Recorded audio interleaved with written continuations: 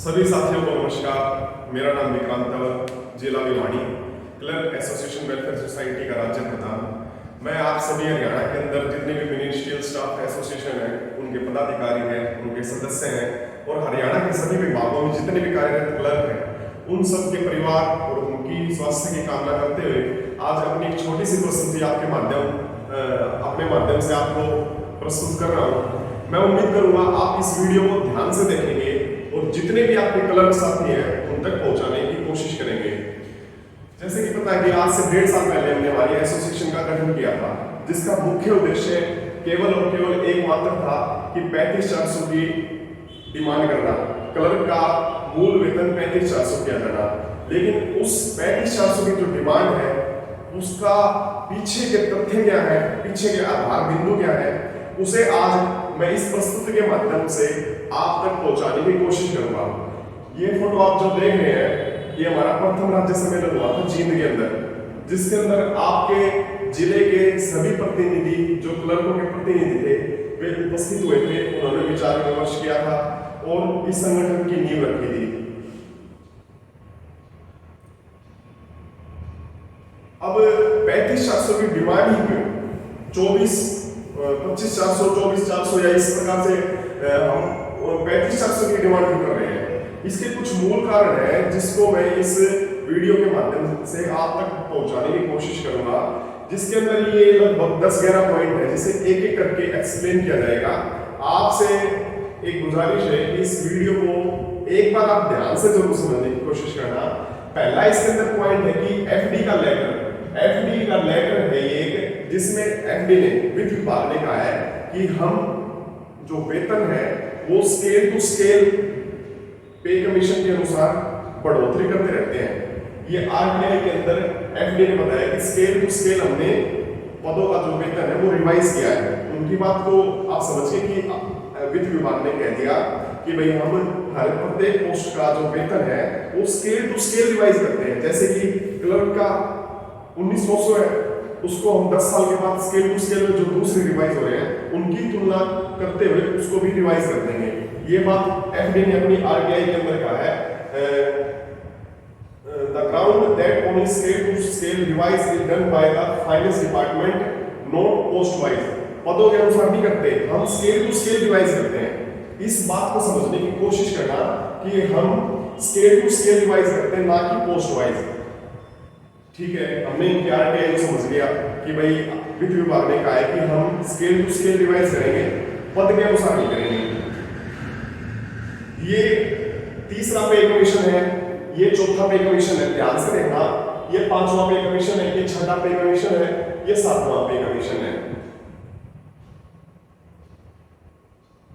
जिसके अंदर 1973 से 1985 के अंतर्गत जो तीसरा पे कमीशन था उसके अंदर उस समय पर हरियाणा के जो क्लर्क था वो 1973 से 1985 के अंदर हम इसके अंदर काउंट कर सकते हैं क्लर्क को, जिसके अंदर क्लर्क का जो बेसिक वेतनमान था वो 400-660 था।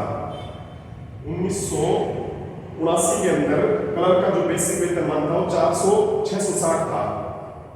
और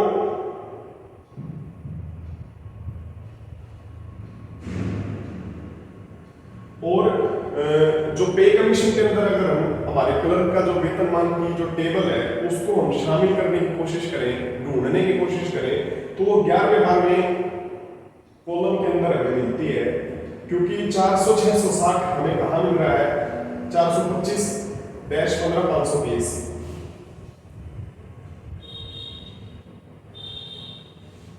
425-15-530 जो 10 वर्ष के पश्चात किस में चले गया था? 1350 और 1440 के अंदर, यानी कि 1986 के अंदर जो अगला पे कमीशन आया उसमें हमारा जो वेतनमान है वो कहां पर चले गया था? 1350 में चले गया था। मूल बात ये है कि जो 425 के आसपास वेतनमान जिस पद का था उसको रिवाइज करके 1350 और 1400 में शामिल कर दिया गया। लेकिन क्लर्क के साथ क्या हुआ? बात समझने की कोशिश ये है, मूल बात ये है इस पूरी वीडियो की कि 1979 में जो 400-660 था वो 1986 में कहा चले गया? 950 में चले गया। 950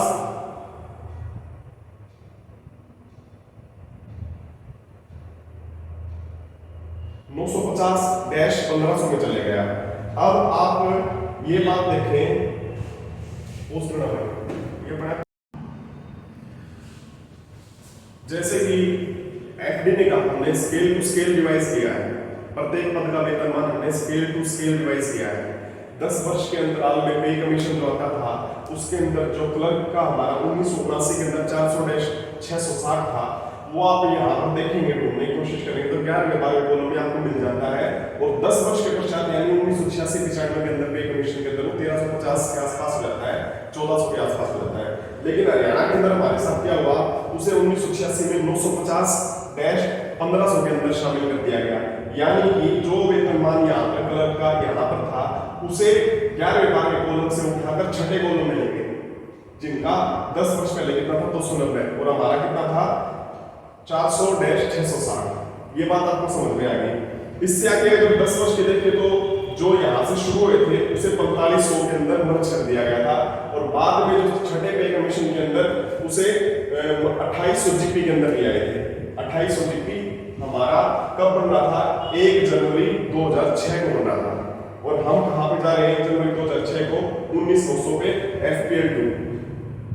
तो आपको ये बात समझ में आ गई होगी कि भाई जो पे स्केल पे कमीशन के आधार पर स्केल टू स्केल रिवाइज करने का विधि विभाग ने कहा कि हम स्केल टू स्केल रिवाइज करते हैं, लेकिन स्केल टू स्केल रिवाइज ना होकर हमारा तो वेतनमान घटता ही गया।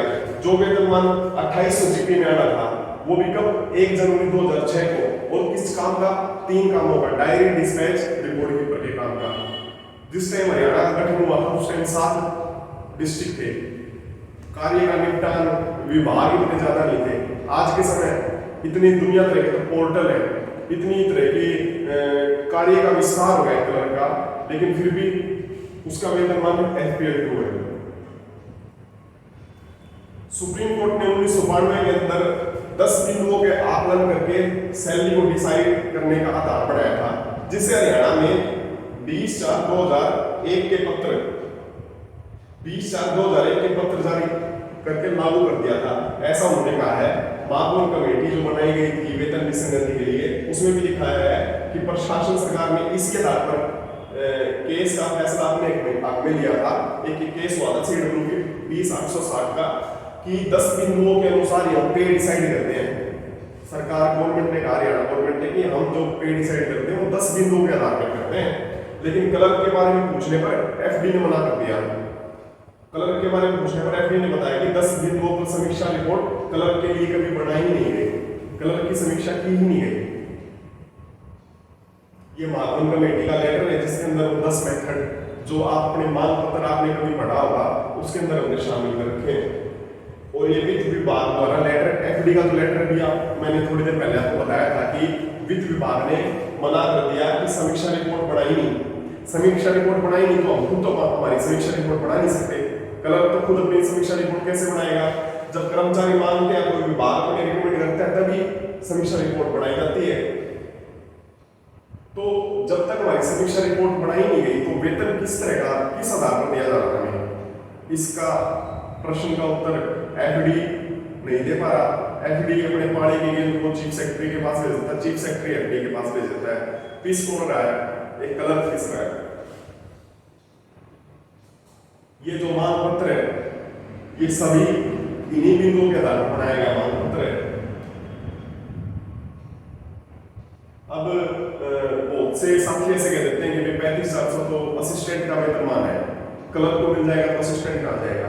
तो भाई आप ये देखो 35,400 प्रमोशन पोस्ट है का वेतनमान है।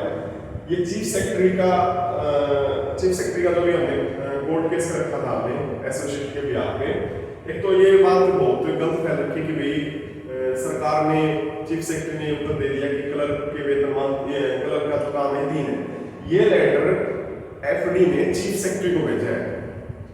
FD ने ये लेटर चीफ सेक्रेटरी को भेजा है। ये क्वेश्चन मार्क आप ध्यान से देख लो यहाँ पर। तो इसका मतलब ये है कि भाई FD ने बता दिया कि मेरे पास 1960-70 के दशक में जो क्लर्क का कार्य समीक्षा थी कि क्लर्क के जो काम होते हैं उस आधार पर जो वेतन बनता है ना वो 19,900 बनता है, वो बिल्कुल वाजिब है।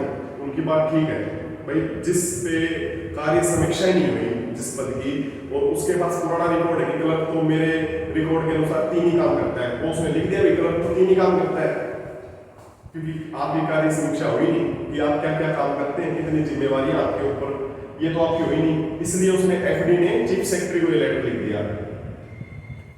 अब वो लोग कहते हैं कि आप तो 10वीं पास हो, क्लर्क भर्ती 12वीं पास हो, अकेली शैक्षणिक योग्यता क्या किसी पद का वेतन निर्धारण करने में सक्षम है? नहीं है। एचएसएससी का ये एक एडवर्टाइजमेंट है जिसके अंदर 10वीं पास, 10वीं में फिजिक्स केमिस्ट्री सभ्यता से होती है, 10वीं पास को एफपीएल 4 का वेतनमान दिया जा रहा है, 10वीं पास को एफपीएल 4 का वेतनमान दिया जा रहा है, और ये पोस्ट है लैब अटेंडेंट की, जबकि 12वीं पास फर्स्ट डिवीजन से रिकॉग्नाइज्ड यूनिवर्सिटी हिंदी इंग्लिश का ज्ञान, और उसके बाद एक एसएडीसी डिप्लोमा इक्विवेलेंट टू जिसे छूट मिल सकती है, वो एमफिल किया हो, एमएससी कंप्यूटर साइंस किया हो, उसे तो छूट मिल सकती है। तो आप एक डिप्लोमा भी कर रहे हैं, डिप्लोमा की योग्यता भी रखते हैं, लेकिन उसको डिप्लोमे में काउंट नहीं किया जा रहा। चारों तरफ से एक ऐसा खेल खेला जा रहा है जिसको समझने की कोशिश की जाए तो आप अपने हक के लिए जागरूक हो सकते हैं। ये तो 12वीं पास है, इसको तो 1900 जीपी, और ये एक 10वीं पास जिसको आप देखेंगे एफपीएल 4 के अंदर, ये एफपीएल 2 के अंदर। फिर कहते हैं क्लर्क तो टेक्निकल नहीं है भाई, क्लर्क तो टेक्निकल पोस्ट का ज्यादा वेतनमान होता है, नॉन टेक्निकल पोस्ट का कम वेतनमान होता है। अरे यार, सरकार का ये 11 मार्च 2014 का लेटर है जिसके अंदर टेक्निकल और नॉन टेक्निकल पोस्ट के जो वेतनमान थे उनका फर्क खत्म कर दिया था। ये उनका लेटर है, ये सारी पीडीएफ मैं सभी ग्रुपों के अंदर शेयर कर दूंगा, आप इसको ध्यान से समझने की कोशिश करना।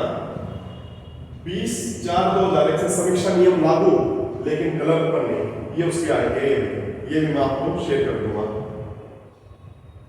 नॉर्म्स ऑफ डिस्चार्ज, कार्य का निपटान प्रणाली कैसी हो, ये क्लर्क की आज तक किसी ने की नहीं कि भाई क्लर्क की कार्य निपटान प्रणाली कैसी है।